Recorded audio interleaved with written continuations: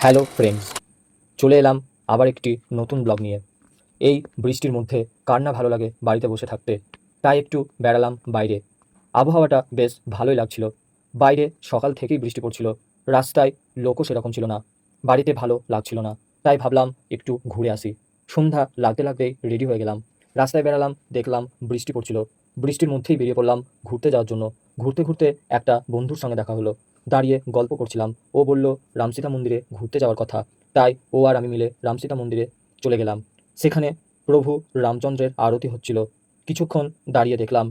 আমার মতন ওখানে প্রায় অনেকেই ছিল। ভিতরটা ঘুরে দেখলাম, আমারও বেশ ভালোই লাগলো। মন্দিরটা সত্যিই খুব সুন্দর। আমার তো ভালো লাগলোই। তোমরাও আসো, আশা করি তোমাদেরও বেশ ভালোই লাগবে। ভিডিওটা তোমাদের কেমন লাগলো অবশ্যই জানিও। দেখা হচ্ছে অন্য কোনো ব্লগে। ততক্ষণের জন্য টাটা।